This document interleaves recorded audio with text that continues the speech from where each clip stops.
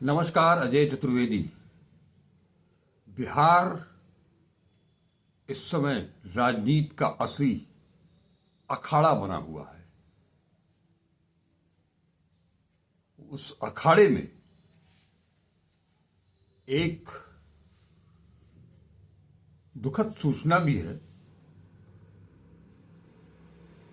कि इस बिहार की सियासत में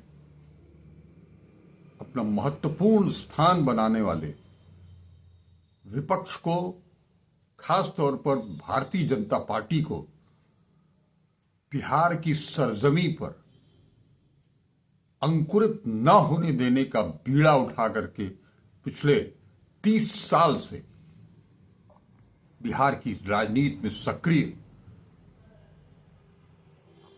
पूर्व केंद्रीय मंत्री, पूर्व मुख्यमंत्री बिहार के लालू प्रसाद यादव जी गंभीर रूप से बीमार हो गए हैं। उन्हें दिल्ली ले जाया जा रहा है एम्स में इलाज के लिए। बताया जा रहा है कि उनकी किडनी भी, उसमें सूजन आ गया है और उनका शुगर लेवल, ब्लड प्रेशर बढ़ गया है। ये एक गंभीर चिंता का विषय हो सकता है। हो क्या सकता है क्योंकि आज जिस तरफ ये बिहार की राजनीति जा रही है उसमें लालू प्रसाद यादव वो मील का पत्थर हैं। देश में तमाम प्रतिकूल परिस्थितियों के कई बार वो जेल में रहे। उनके ऊपर चारा घोटाला का आरोप लगा। अब भी केस चल रहा है, तमाम सारे केस हैं, जमीन के बदले नौकरी और क्या क्या सब। बावजूद इसके वो एक इकलौते शख्स हैं कि वो इन तमाम दुश्वारियों को झेलने के बाद भी अपने वसूलों से वो आदमी डिगा नहीं। कुछ चंद लोग होंगे इस देश में जिन्होंने रुसवाइयां झेली, फजीहत झेली, जेल गए, महीने महीने साल साल भर जेल में रहे। एजेंसियों ने घंटों घंटों पूछताछ की, बावजूद इसके उनका सर आज भी शान से खड़ा है, तना है। लगता है कि उनका सीना कुछ चौड़ा है, क्योंकि वो कभी भारतीय जनता पार्टी के सहयोगी भी नहीं बने। उनसे पार्टी में जाने का तो सवाल ही पैदा नहीं होता है। तो ऐसा शख्स अगर आज बीमार है तो उनके शीघ्र स्वास्थ्य लाभ की कामना तो जरूर की जानी चाहिए। सवाल अब कन्हैया कुमार की यात्रा पर, पलायन रोको नौकरी दो यात्रा। ये सही बात है और इस बात को हर कोई ये मान रहा है। कन्हैया कुमार खुद मान रहे हैं कि ये यात्रा उनकी नहीं है, ये यात्रा उन बेरोजगारों की है जिन्होंने सब कुछ अपना दांव पर लगा दिया, सारी परीक्षाएं उत्तीर्ण कर ली, बावजूद इसके 4 साला सेना की नौकरी के नाम पर उन्हें आज तक 21 से 25 आ गया, नियुक्ति पत्र नहीं मिला। कभी कोरोना का हवाला दिया गया, लेकिन ठीक उसी तरह से कोरोना का हवाला दिया गया जैसे जनगणना के नाम पर कोरोना का हवाला दिया गया। चर्चा में है आजादी की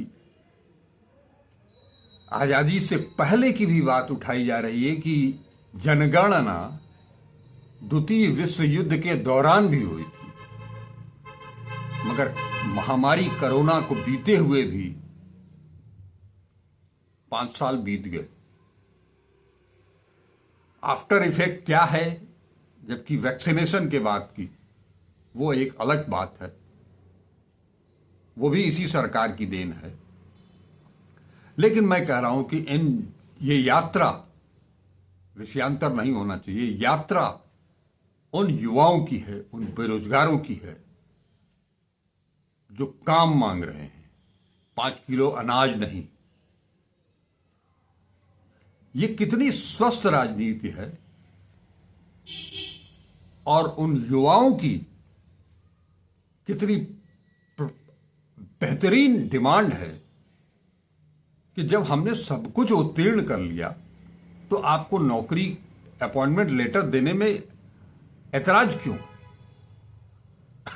ये परीक्षा, इसकी वैकेंसी पहले निकली, परीक्षा की सारी प्रक्रिया पहले की गई, रिजल्ट पहले आया, अग्निवीर तो बाद में आया। तो जब का इनका रिजल्ट निकला है, उन्होंने सारी परीक्षाएं जब उत्तीर्ण कर ली हैं, तो उन्हें नियुक्ति पत्र देने में, उन्हें और नियुक्त करने में दिक्कत कहां आ गई? सवाल यहीं आकर के खड़ा होता है कि दरअसल आप उन्हें नौकरी देना नहीं चाहते हैं, रोजगार देना नहीं चाहते हैं, इसलिए वो उन्हें नियुक्तियां नहीं दी गई। और आज वो जवान जिन्होंने अपनी पूरी जवानी एक सपने के लिए कुर्बान कर दी कि हम देश की सीमा पर जाकर के देश की रखवाली करेंगे, उसमें अगर हम वीर गति को भी प्राप्त हो गए तो कोई चिंता नहीं। न उन युवाओं के अंदर दिल दिमाग में इसको लेकर के कोई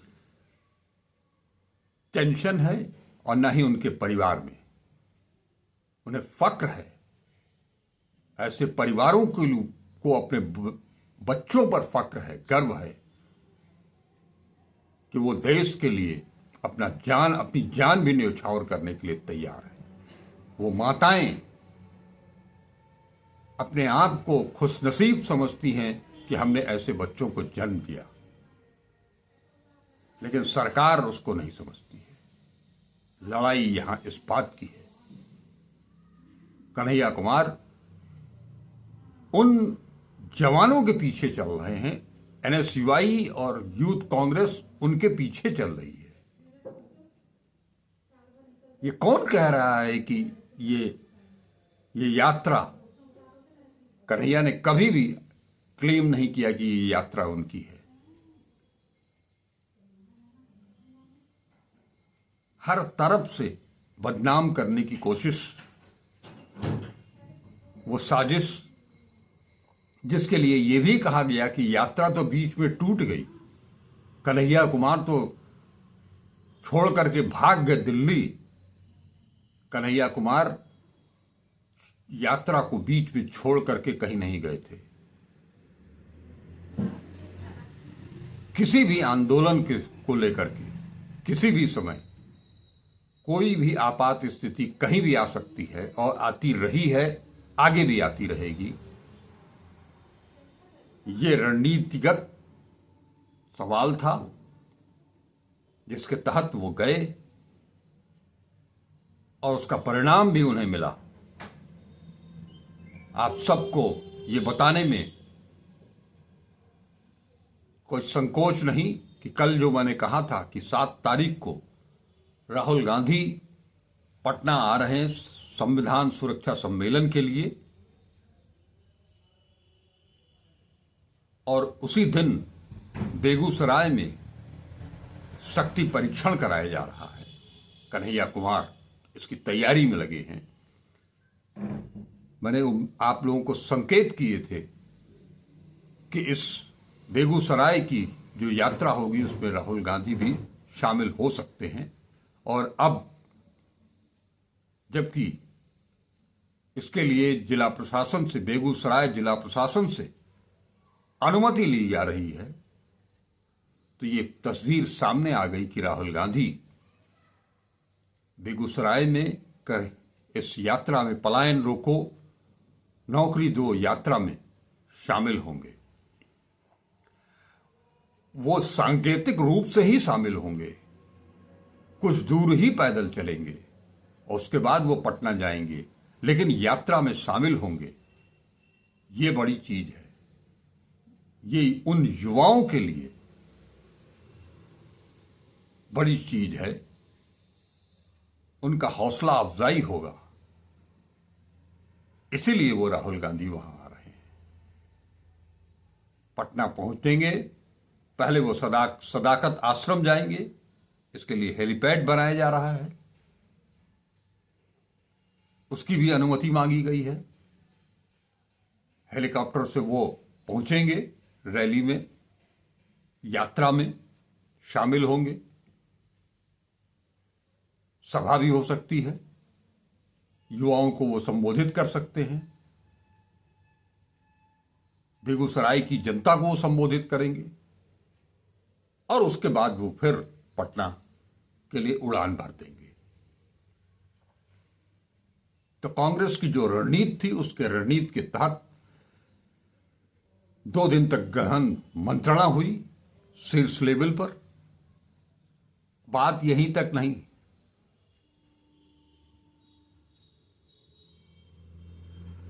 इस नवसृजन वर्ष में कांग्रेस को कांग्रेसियों से जोड़ने की फिराक में उस रणनीति के तहत काम कर रही कांग्रेस, राहुल गांधी, मल्लिकार्जुन खड़गे, राहुल गांधी ने गुजरात जाकर के ये कहा था कि स्लीपर सेल 30-40 लोग हैं उनको कि बाहर का रास्ता दिखा दिया जाएगा, लेकिन बिहार में परिवर्तन शुरू हो गया। 40 जिलों में नए जिला अध्यक्ष नियुक्त कर दिए गए, कुछ कार्यकारी अध्यक्ष भी नियुक्त किए गए हैं। यहां मैं एक बात जरूर कहना चाहूंगा कि ये सारे, ऐसा बताया जा रहा है, हमारे सूत्रों ने बताया, हमारे कुछ मित्रों ने बताया कि ये जो लोग भी हटाए गए हैं, जिन्हें भी बदला गया है, वो पूर्व कांग्रेस अध्यक्ष अखिलेश प्रसाद सिंह के बिठाए हुए लोग थे। तो पहले अखिलेश प्रसाद सिंह को अध्यक्षी से हटाया गया, उसके बाद फिर उनके लोगों को। हो सकता है कि इसका कुछ विरोध हो, क्योंकि वो सभी अखिलेश प्रसाद पहले से नाराज हैं कि उनसे अध्यक्षी छीन ली गई, अब उनके लोगों को भी हटा दिया गया। तो इसका एक सेंटिमेंट जगाने की कोशिश हो सकती है, तोड़ने की कोशिश हो सकती है। स्लीपर सेल अपनी आवाज उठा सकता है, लेकिन इससे कोई खास फर्क अभी पड़ता हुआ तो नहीं दिख रहा है। ये एक बड़ा क्रांतिकारी परिवर्तन है, लेकिन कांग्रेस के शीर्ष नेतृत्व को ऐसा परिवर्तन करने के बाद हो सकता है कि उन्हें भी इस बात का संज्ञान हो कि कुछ अड़चनें आ सकती हैं संगठन को खड़ा करने में, लेकिन अगर वो समझ रहे हैं तो इसकी काट भी उन लोगों ने निकाली होगी। अब वो कितना निकाल पाए हैं काट, ये मैं नहीं जानता। इस नवसृजन वर्ष में कांग्रेस हर जगह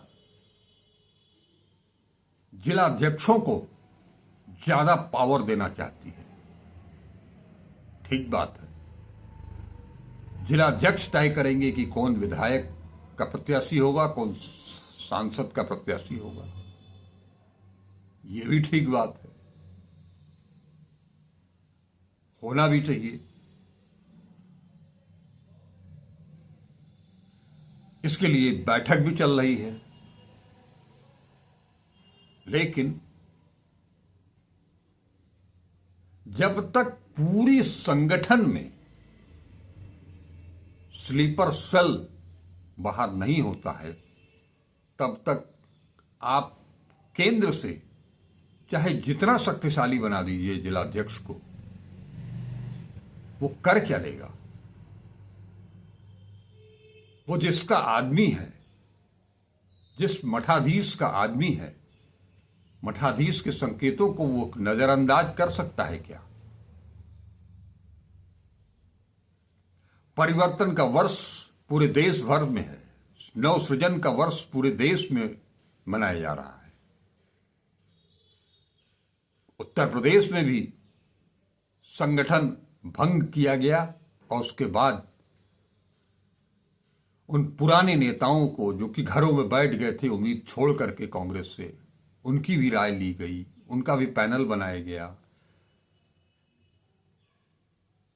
राष्ट्रीय सचिव और महासचिव जो हैं प्रभारी प्रदेश के, उन लोगों को भी जोड़ा गया।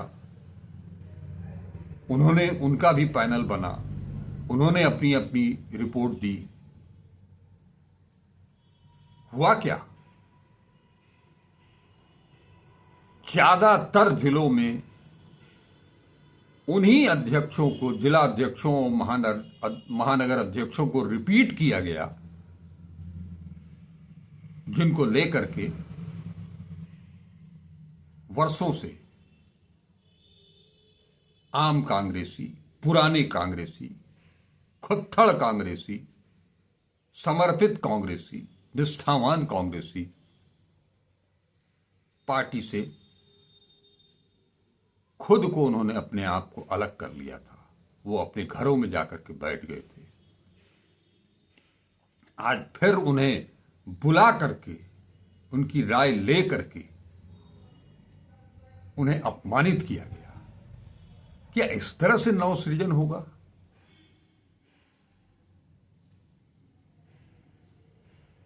ऐसे कांग्रेस मजबूत होगी? आपने लोकसभा के चुनाव में दहाई की संख्या पार कर ली, एक से पहुंच आगे बढ़कर के दहाई की संख्या पार कर ली उत्तर प्रदेश में। आपको लगा कि मौजूदा संगठन बहुत मजबूत है, उसने अपनी ताकत से आपको ये सीटें दिलवा दी। लेकिन वो एक माहौल, सच्चाई ये है कि वो एक अलग माहौल था, और जो सीटें आई कांग्रेस की, उस माहौल की देन थी, राहुल गांधी की देन थी, अखिलेश यादव की देन थी, मल्लिकार्जुन खड़गे की देन थी। वो इंडिया गठबंधन ने वो सीटें हासिल की हैं, कांग्रेस ने नहीं। तो फेरबदल करने के पहले आपने एक झटके में 40 जिला अध्यक्ष बिहार में बदल दिए। उसका नफा नुकसान कितना होगा, क्या होगा, इसके बारे में अगर आपने कुछ सोचा है, उसकी कुछ काट निकाली है, तो बात दिगर है। अन्यथा अगर उत्तर प्रदेश में व्यापक पैमाने पर फेरबदल नहीं हुआ, तो बिहार में भी इस परिस्थितियां और विकट हैं। बिहार उत्तर प्रदेश से कोई अलग नहीं है और उत्तर प्रदेश बिहार से कोई अलग नहीं है। 90 के बाद से बिहार में कांग्रेस सत्ता से बाहर है, 89 के बाद से उत्तर प्रदेश में कांग्रेस सत्ता से बाहर है। साल भर का अंतर है, क्या फर्क पड़ता है। और ये दो राज्य हिंदी पट्टी के, जिसमें एक जिसमें से एक में इस साल के अंत तक चुनाव होना है और एक में 2 साल के बाद चुनाव होना है। आप गुजरात की तैयारी तो कर रहे हैं, उत्तर प्रदेश को भी साधना पड़ेगा और लगता नहीं है कि ये जो परिवर्तन हुआ है उससे बहुत कुछ फायदा हो पाएगा। तो बिहार में जो कुछ चल रहा है उसको स्मूथली चलने दें, परिवर्तन करें तो ठोक बजा करके करें। अब इसके क्या परिणाम होंगे ये आने वाला वक्त बताएगा, लेकिन आपने कांग्रेस को 2 गुटों में बांट तो दिया। जरूरी नहीं है कि 40 के 40 अगर अखिलेश के आदमी थे तो वो आज भी स्लीपर सेल ही हैं, ये मानना भी मुनासिब नहीं होगा। मैं इसकी आलोचना नहीं कर रहा हूं, लेकिन क्या जमीनी हकीकत जानी गई इस परिवर्तन के पहले?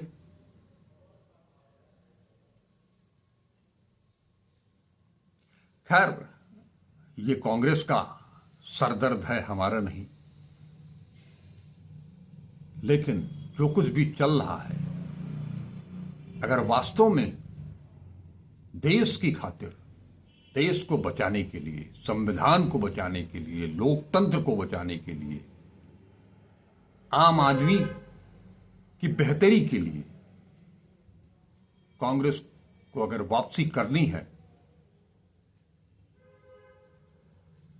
तो नीचे से ऊपर नहीं, ऊपर से नीचे वो सफाई अभियान चलाना पड़ेगा, वो झाड़ू ऊपर से नीचे चलाना पड़ेगा।